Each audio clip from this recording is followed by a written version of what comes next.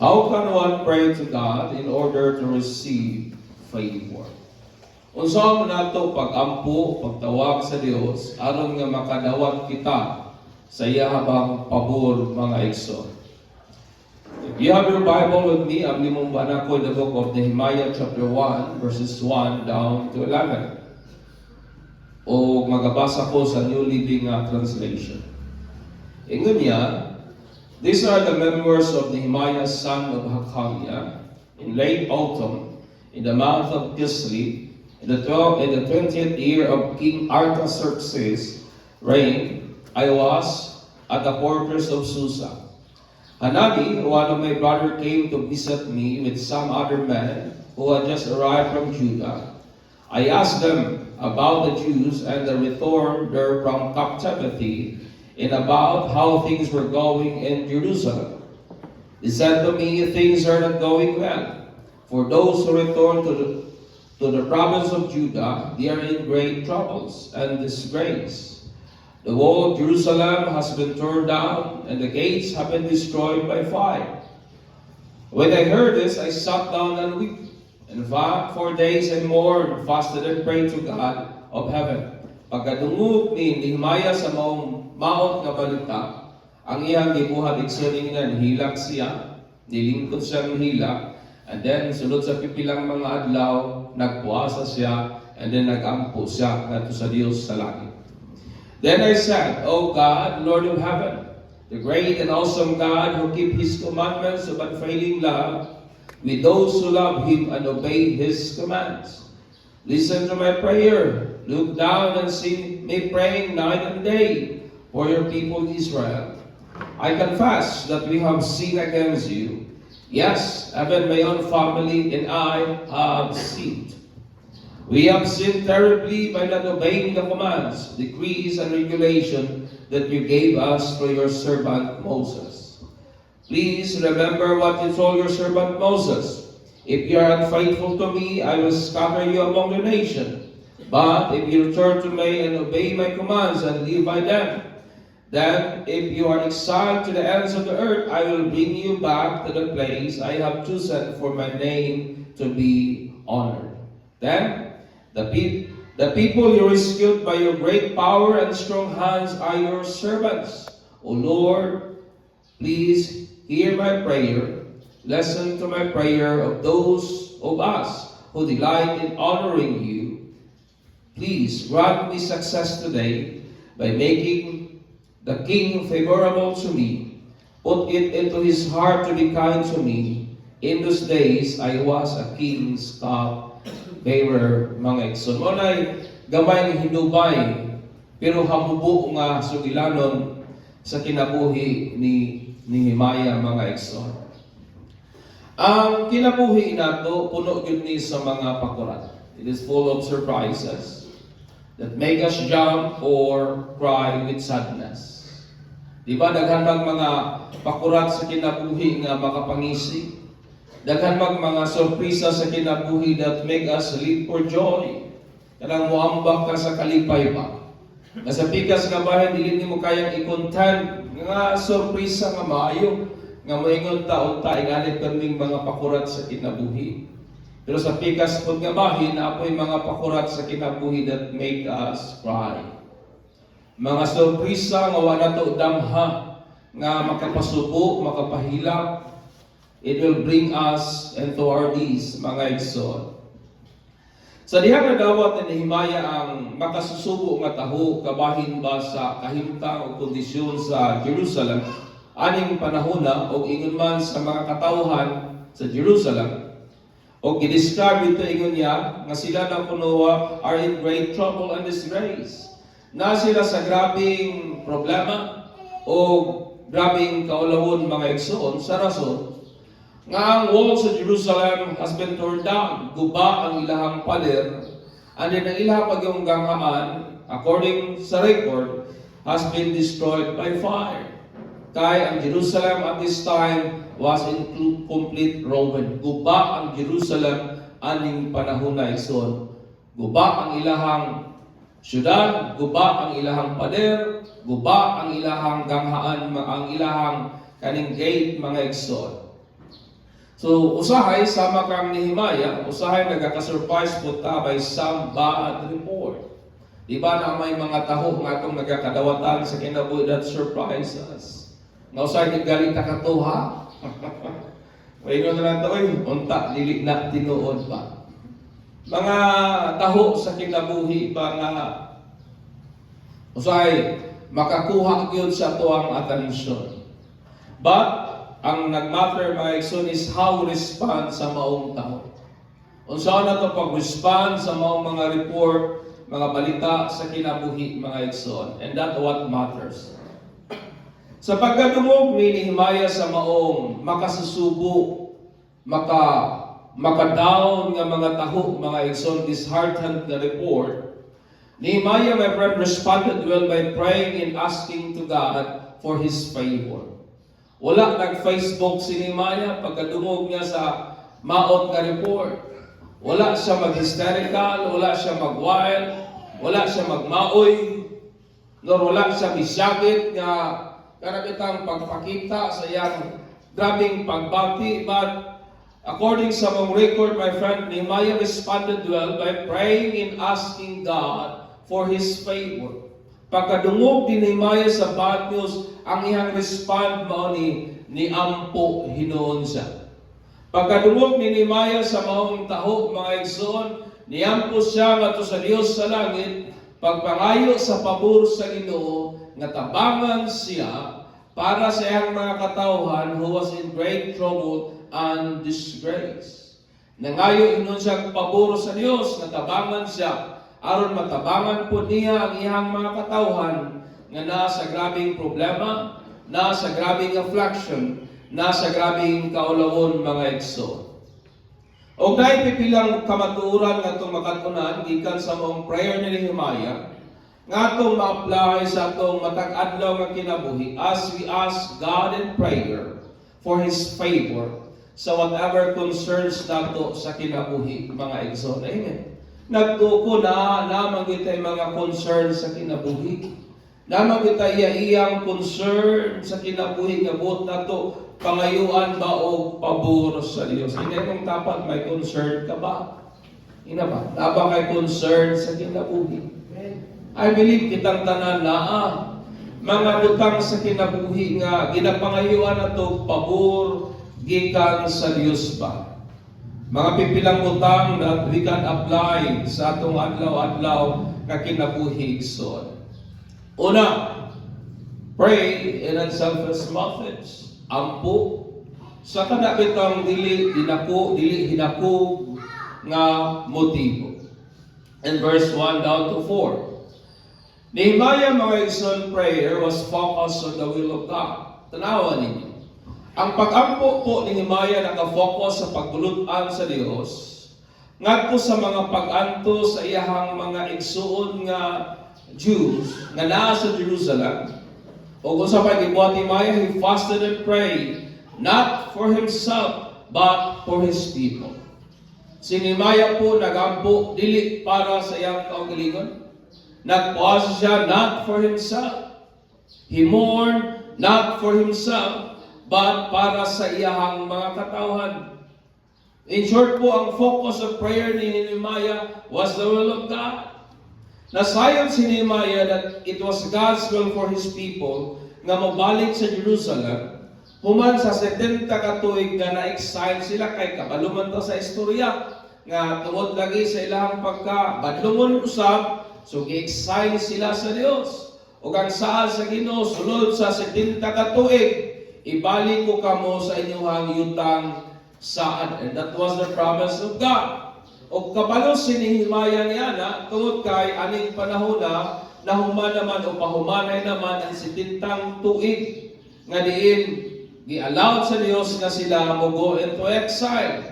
So gikan sa maong motibo mga igsoon atong masabtan that the prayer of Nehemiah was focused ngadto sa pagbulutan sa Ginoo, not on himself. Amen ba? Sa kinabuhi nato, sayo na kayo mag-ampo para sa itong kaugalingon. Sayo na kayo mangayo in favor for our own self, but usahay ang challenge is how to pray unselfishly. how to pray, focus ngadto sa katuyuan o kabubuton sa Ginoo. Tanawa ninyo si Jesus when he pray, ingon siya, Father, kaning akong giatubang karon as kagyong lisura, mo na ingon ni Jesus. Nga tungod gali sa iyang grabing kaguol, ang iyang dugo, ang iyang singot daw dugo na gali. But unsay ingon ni Jesus, Father, dili ang akong pagbulutan ang matuman, kundi ang imong pagbulutan. Amen ba? Even si Pablo, he prayed several times. Ingon niya, Ginoo, sige kong ampo sa mga masakito, nangaayo sila, but ayuha pud ko sa akong balatian. Apan sa ingon sa Ginoo kang Pablo, Paul, my grace is sufficient for you. Amen. 3 times nag-appeal si Pablo sa Dios, but 3 times gitubag po siya sa Ginoo, Paul, my grace is sufficient for you. So sa ingon ni Pablo, nga kanitiya gituyo sa Ginoo, aron dili ako mahimong hambugiro sa kadaghan ug sa kadako sa mga butang nga akong nadawatan gikan sa Dios. So keep him humble, my friend. Tanawan niya ang ampo ni Pablo, he focus ngadto sa pagbulutan sa Dios. Amen. Kay kung sila'y pabuton, gusto siyang maayo, oy. Kung sila'y pabuton, kakapoy lang, magdadalag, sakit, but what God said, no, Paul, kinahanglan nga imuhang i-realign ang imuhang intention, ang imong motibo sa unsay ako ang gusto.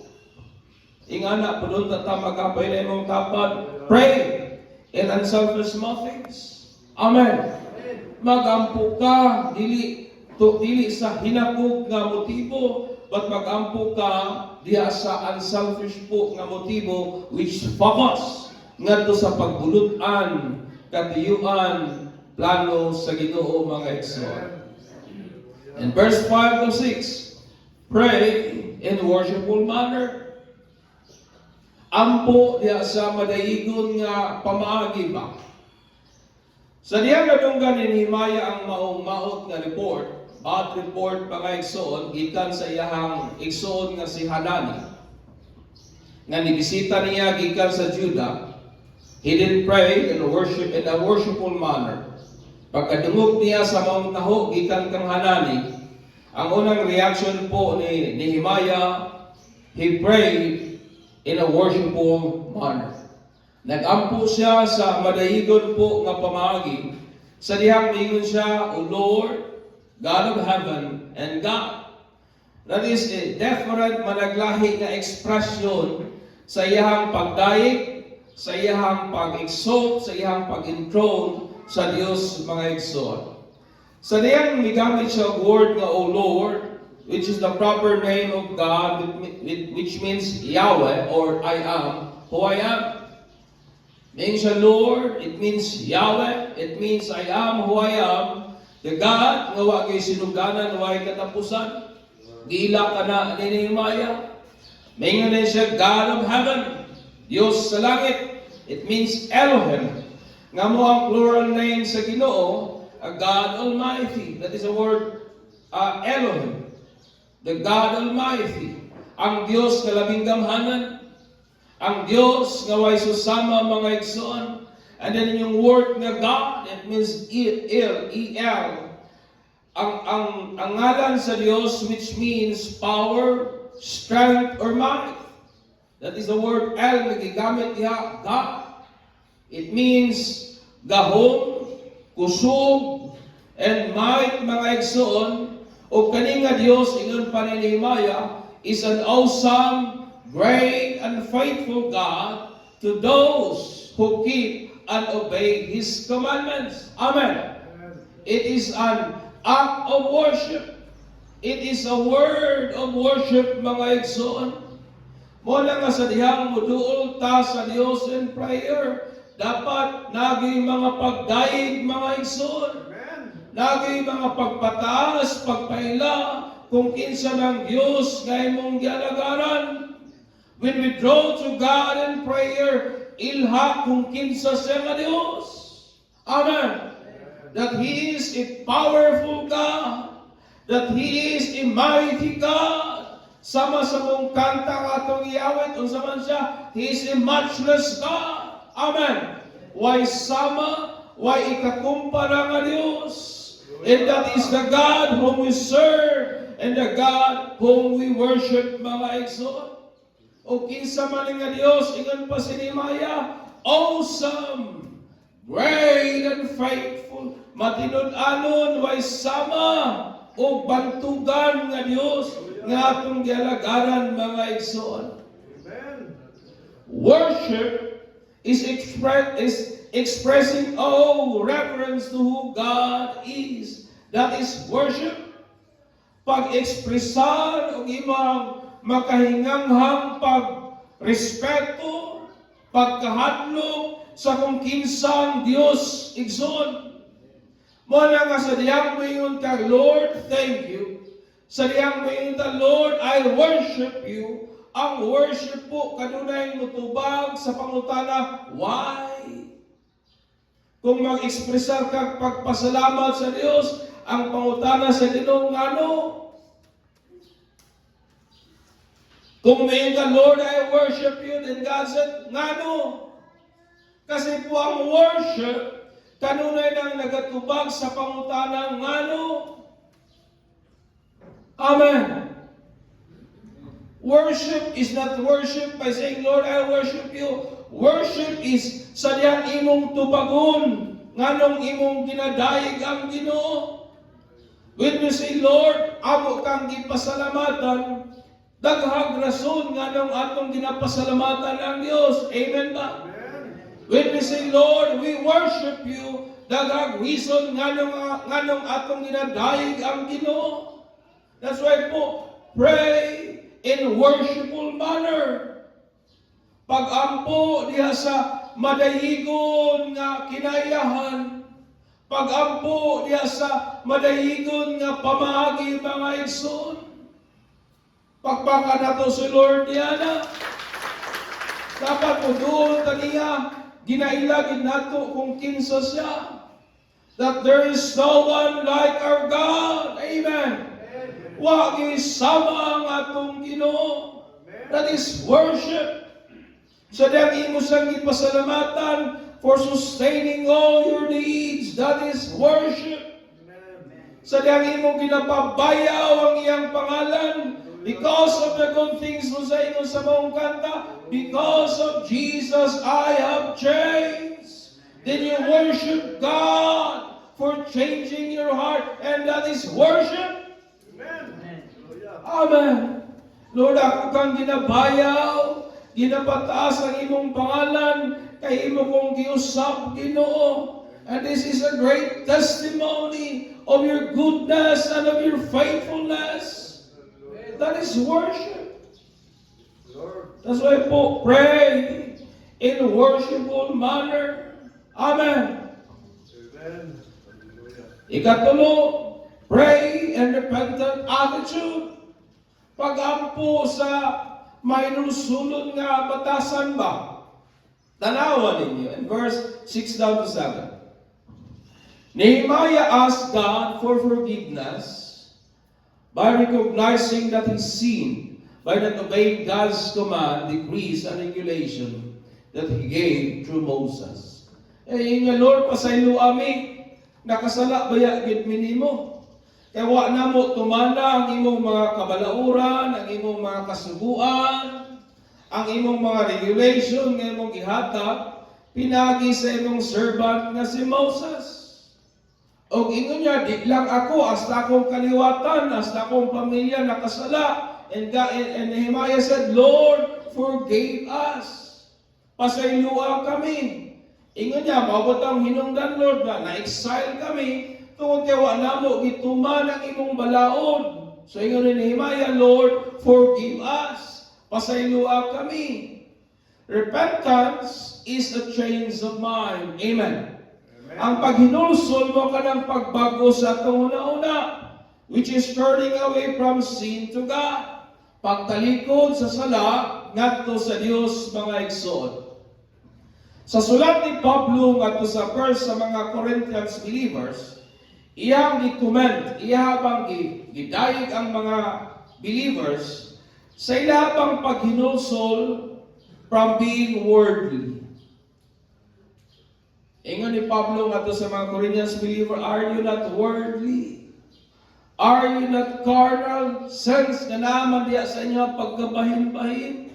Sense naman sa inyo ang kanabitang kasina. Sense naman sa inyo ang pabor-pabor. Ingon ni Pablo, dili ba mo ana kalibutanon? Are you not worldly? Are you not carnal, my friend? But tungod sa maong sulat, ang mga Corinthians believer naghinulsol sila. Nagmahay sila sa ilahang sala nga nahimo. And then, ilahang ipangayuag pasaylo. Remember, ang word ng repentance gigamit na ni Pablo, dili para sa mga way Diyos, but to those who are Christians. Katong mga Kristohano na mga igsoon. Repentance does not happen once. Ang paghinulsol igsoon, wa man na nagkakahitabo usang bisis lang. It happened daily in our Christian life. Amen. Nagkakahitabo na adlaw-adlaw sa ato ang kinabuhi. Repentance is not just recognizing and admitting one's sin. Usahay nga atong understanding sa paghinulsol mo kini, atong iluhon nga nakasala ta. Then atong ilangan pakyasta na sikyat gyud ta, and then we ask God for forgiveness. Di ba nga ana naman gyud ta, Lord, nasikyat ko Ginoo, pasayloa gyud ko. But repentance, my friend, is also a willingness to accept and endure the temporal consequences of sin. That is repentance. Kana bitang giilanin mo nga nakasala ka. Gipangayuan nimo pasaylo kay nakasayod kang nakasala ka. Pero sa pikas nga bahin, imuha pong gidawat uban sa abli nimong kasing-kasing ang temporaryong resulta sa sala. That is repentance. Because every sin na to, every failure, every sipyat, nato aning kinabuhian, with regards sa ato ang pangalagad sa Ginoo, may kaakibat yun na nga consequence mga igsoon. That's why po, when ang tao tinuod na naghinulsol, dili lang siya tama na ngayog pasaylo sa Ginoo. But nasa'y kasing-kasing willing nga dawaton o mo padayon sa pagpangalagad sa Ginoo, luyo sa mga consequence sa mga sala nga iyahang gipasayloan. Amen. Di ba mo na tinuod? Ang imuhang pagpangayog pasaylo kay nakasumbag ka sa imuhang silingan, wala ka na mag-usap sa kamaturan nga nakay several nga liabilities. Manubag yun ka sa imong silingan. Bisag imo na lang ipangayo ang pasaylo sa Ginoo. Pero moadto gyud ka sa barangay ato bangon nimo ang sumbong batok sa imo. Ato bangon nimo ang istorya sa mga tao. Ato bangon nimo ang consequence sa mong ginawa. Yes, nangayo nakagpasaylo sa Ginoo. But kay nangayo makagpasaylo sa Ginoo, then you must be willing to accept whatever the consequences sa imong failure o mistakes sa kinabuhi. Amen. Tanawang gihimo ni my Lord, kabalo gid mi Ginoo nga nasipyat mi pasaylo agid mi. He prayed in repentant nga attitude mga igsoon. Napabata diha. Ampo sa mahinusulod nga pamaagi. Kung imong nasingkahan imong asawa ng luod, imong ipangayo ang pasaylo, it doesn't mean nga absuelto na ka. No, imo gyud ipacify ang mong pagbati. Nangayo na kag pasaylo sa Ginoo, ipasaylo na ka sa Ginoo, pero ang problema, the damage has been done. Kinahanglan nimong ipacify. Kinahanglan nimong i-plaster ang body. Amen. That is repentance. Di ba sa Ginoo, ingana man gihapon ta, nasipyat ta, pero sa tikas nga bahin, may willingness kita nga dawaton ang posibleng consequences sa mga past mistakes nato sa kinabuhi. Nga magpadayon mga igsoon. Mo na huna-huna sa uban, nagtinuod na kong pangalagad sa Ginoo, nagkasakit na hinuon ko. Ay ako pangutana, katungwa pa ka nangalagad sa Ginoo, kumusta man? Imo bang giatiman imong lawas? Imo bang gitarong ang imong health?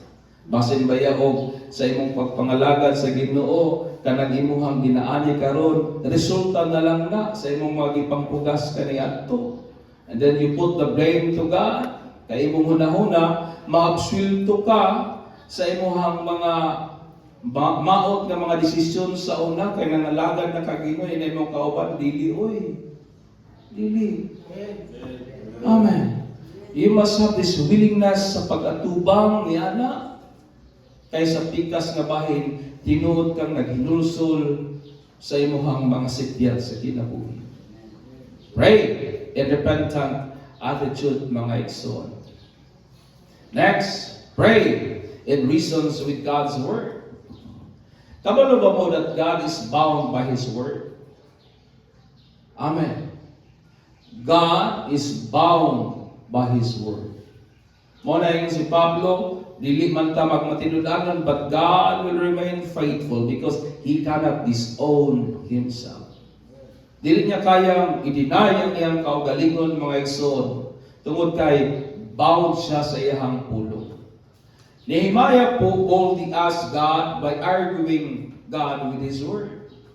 Grabe ka, isog si Nehemiah naghangyo sa Dios.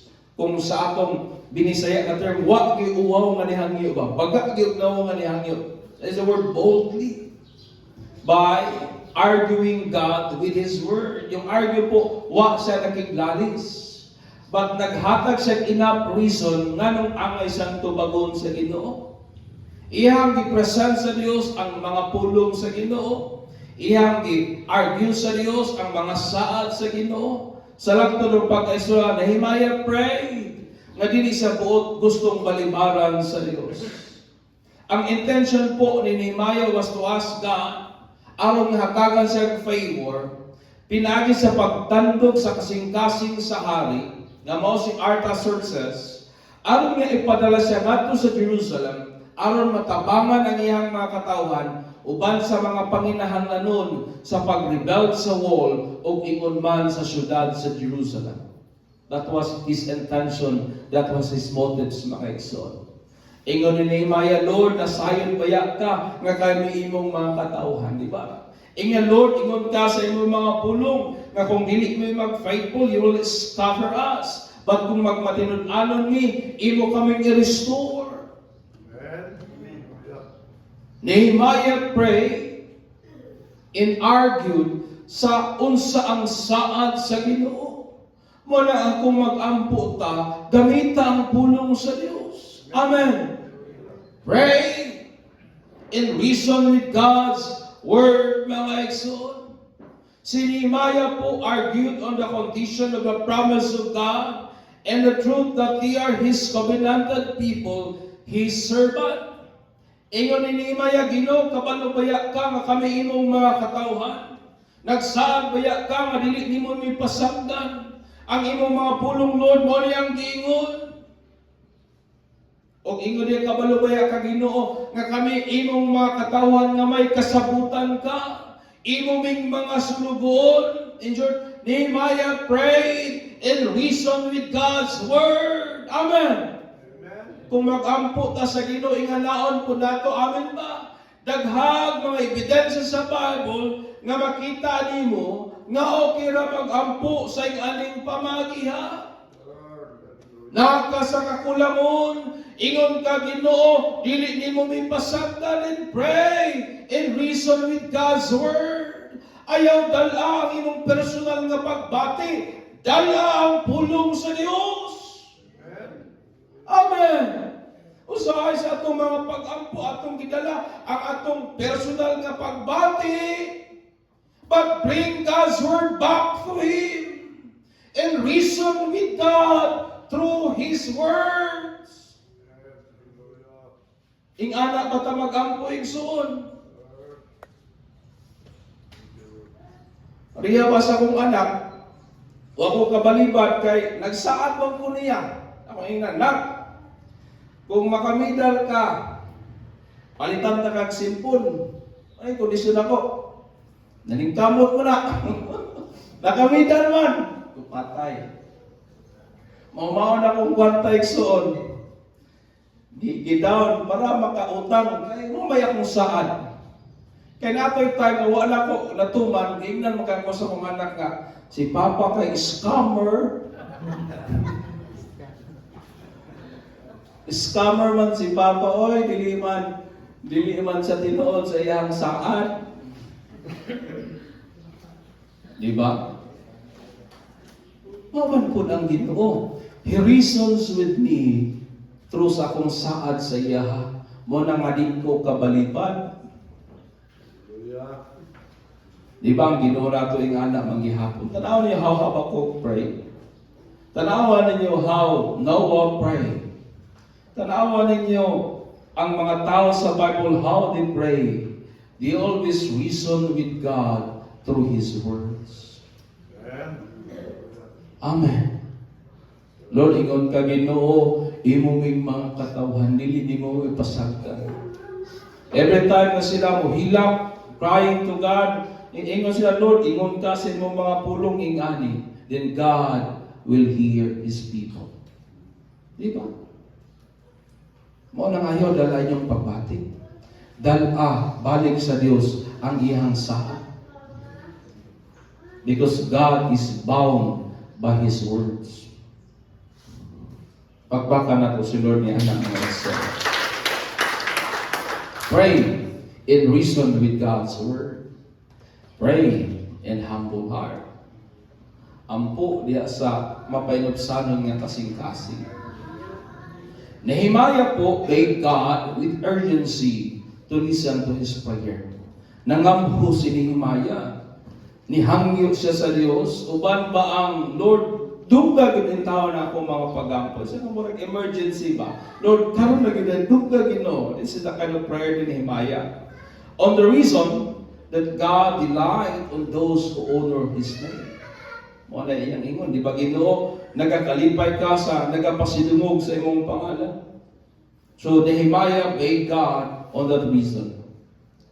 The idea of entreating someone for help is an act of humility by acknowledging one's limit and capability and recognizing God's omnipotence. Kabalo si Nehemiah sa iyang limitasyon. Kabalo siya sa iyang kapasidad. Kabalo siya kung aha lamang siya tamad. At nasayot siya that he cannot change the heart of the king.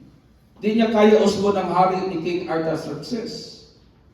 That's why ang iyang human limitation, and that is an act of humility, o iyang ang pagkagamhanan sa Diyos. Amen. That only God can change the heart of King Artaxerxes. Nehemiah begged in humble attitude to God, for he alone can change the heart of King Artaxerxes and allow him to help his suffering people. Ni si Nehemiah po, mapainubsanon nga nag-ampo sa Ginoo. Tungod kinasabtan ni Nehemiah nga ang Diyos lamang yun ang makahikap, makabago sa kasing-kasing sa mong hari. Aron nga tugutan siya nga pagatabangan ang iyahang mga katawhan nga naa sa kalisdanan mga igsoon. He prayed in humble nga attitude. Amen. Nag-ampo siya. Dili siya wa sa lingon ni Lord, ampo ko nimo Ginoo kay mana lang masiti mo dahil kong tabangan, makaya ko raman ni Ginoo pero mas maayo itong naaka para di kaya ko kapuyon ba? Nag-ampo pa ka. Nag-ampo pa ka. But Nehemiah magison, iyang yung nasabtan ang iyang human o iyang recognize ang pagkagamhanan sa Diyos. Because only God can change sa mga sitwasyon nga walay tawhanon nga intervention nga makahimo mga igsoon.